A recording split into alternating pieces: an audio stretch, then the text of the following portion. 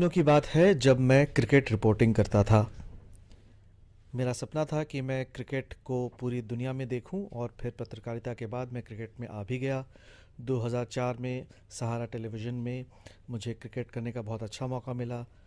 Australia गया, पाकिस्तान गया, लेकिन जहां जाने की इच्छा थी कॉलेज के ज़माने से, वो जगह थी वेस्ट इंडीज़, कैरेबियन। और 2006 में ऐसा मौका भी आया। 2006 में भारतीय टीम 6-7 साल के बाद वेस्ट इंडीज़ जाने वाली थी और मैं उसी दौरान सहारा छोड़ के IBN 7 चैनल आ गया था। एक इस्टेब्लिश्ड क्रिकेट रिपोर्टर था। मैंने नेगोशिएट किया था अपने चैनल के साथ कि मैं वेस्ट इंडीज़ का दौरा करना चाहूँगा। इस बीच कोई और दौरा अगर कोई और रिपोर्टर करता है मुझे कोई हर्ज नहीं, लेकिन वो मैं ही करूँगा। चैनल ने कहा ठीक, लेकिन जब वक्त आया तो चैनल के पास पैसे नहीं थे। मैंने नौकरी छोड़ी, कुछ पैसे जुगाड़ किए, थोड़ा फ्रीलांस असाइनमेंट लिया रेडियो से, अखबारों से, UNI नाम की एजेंसी से, और चल पड़ा कैरेबियन। आप मानिए कि बिना किसी चैनल के साथ, यानी अपने खर्चे पे।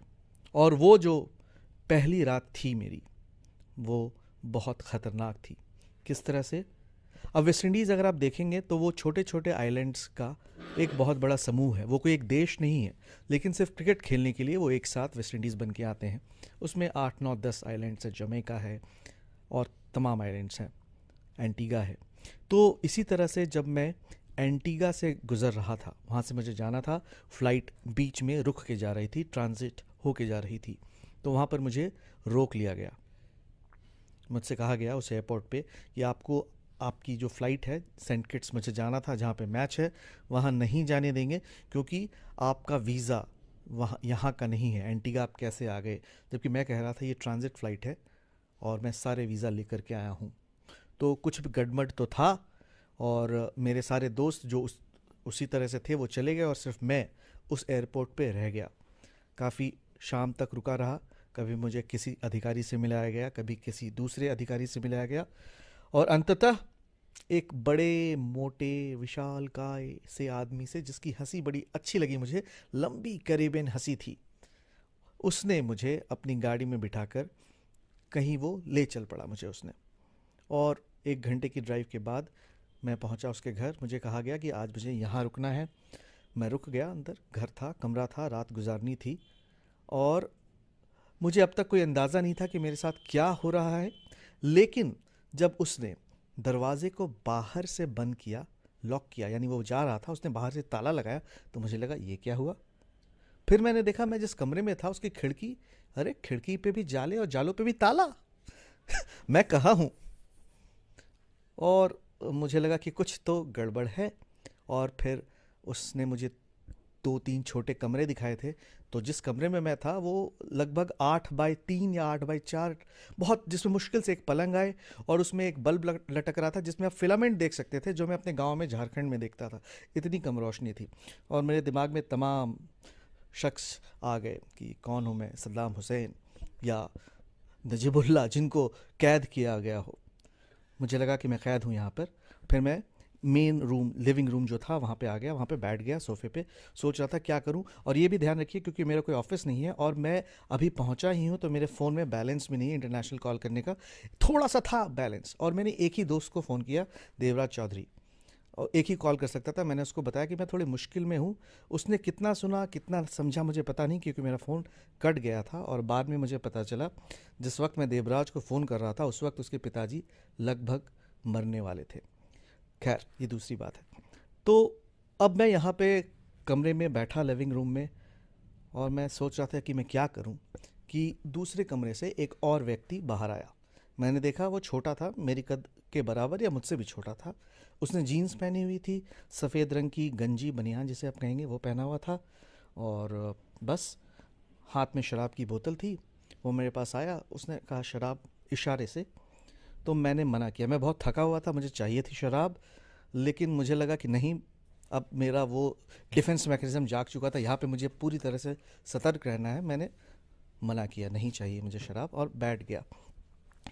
मैं उसे देख रहा था, वो मुझे देख रहा था। मैंने देखा उसकी बाहें मजबूत हैं, मोटी हैं, और मैंने देखा उसकी जेब में छोटा चाकू जैसा कोई चीज़ भी लटक रहा था।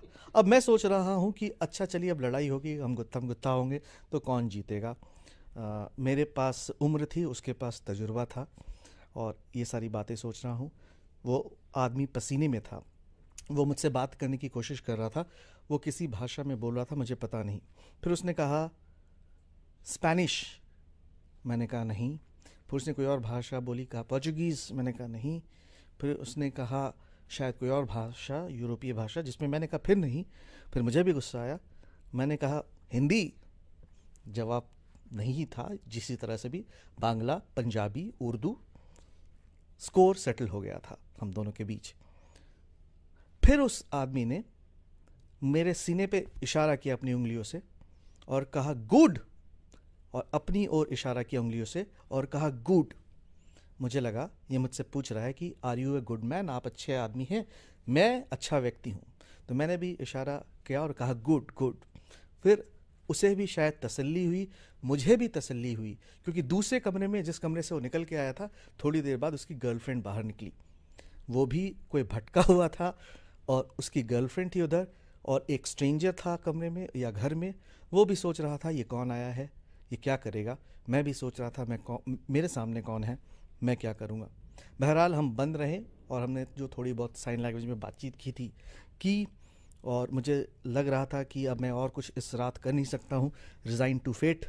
तो मैंने कहा चलो सोया जाए, और सोया मैं कितनी देर पता नहीं। सुबह उठे, सुबह वो बंदा फिर आया जिसका वो घर था, उसने दरवाज़ा खोला और हमें गाड़ी पे बिठाया। और मानिए आप इस बात को कि मुझे लगा आज़ाद हवा में सांस लेना क्या होता है। वो सुबह मुझे अच्छी तरह से याद है, वो पहली सांस जो हमने उसके घर के बाहर से ली थी, अच्छी तरह से याद है। वो हमें एयरपोर्ट पे छोड़ गया। एयरपोर्ट पे मैंने बाकी बातें की, और हमारे उस होस्ट ने, जो कि ड्राइवर भी था, उसने मुझे बताया कि ये पीछे जो 2 लोग हैं, यानी वो व्यक्ति और उसकी गर्लफ्रेंड, वो क्यूबा से भाग रहे थे और वो अमेरिका जाना चाहते थे, यूएस जाना चाहते थे। बीच में वो illegal through these Caribbean islands जा रहे थे, उन्हें पकड़ लिया गया था और उनको भी डिटेन किया गया था, जिस तरह से मुझे डिटेन किया गया था।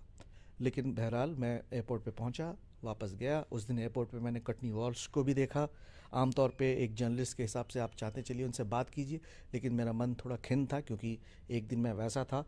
मुझे उसी दिन एयरपोर्ट पे फिर फ़ोन भी आया। मैंने फ़ोन चार्ज किया था कि बीबीसी से, जिसके लिए आप फ्रीलांस कर रहे हैं, आपका कॉन्ट्रैक्ट हट गया है, क्योंकि एक दिन आपका कोई फ़ोन नहीं लगा। तो इन सब के बीच मैंने वो हवाई जहाज़ पकड़ी और ऊपर हवा में, उसी दिन मैच था सेंट किट्स जहाँ मुझे पहुँचना था, और इससे अच्छा मैच का नज़ारा मैंने नहीं देखा। सैकड़ों मैच मैंने कवर किए थे। सेंट किट्स स्टेडियम के ठीक ऊपर से हमारा प्लेन गया था और मैंने नीचे 3:45 के आसपास देखा, नीचे वेस्ट इंडीज़ की टीम, ब्रायन लारा वगैरह फील्ड पे, और मानिए मैं हवा में हूँ और उतर रहा हूँ, और मुझे लगा कि मुझे वहाँ होना था और मैं यहाँ हूँ।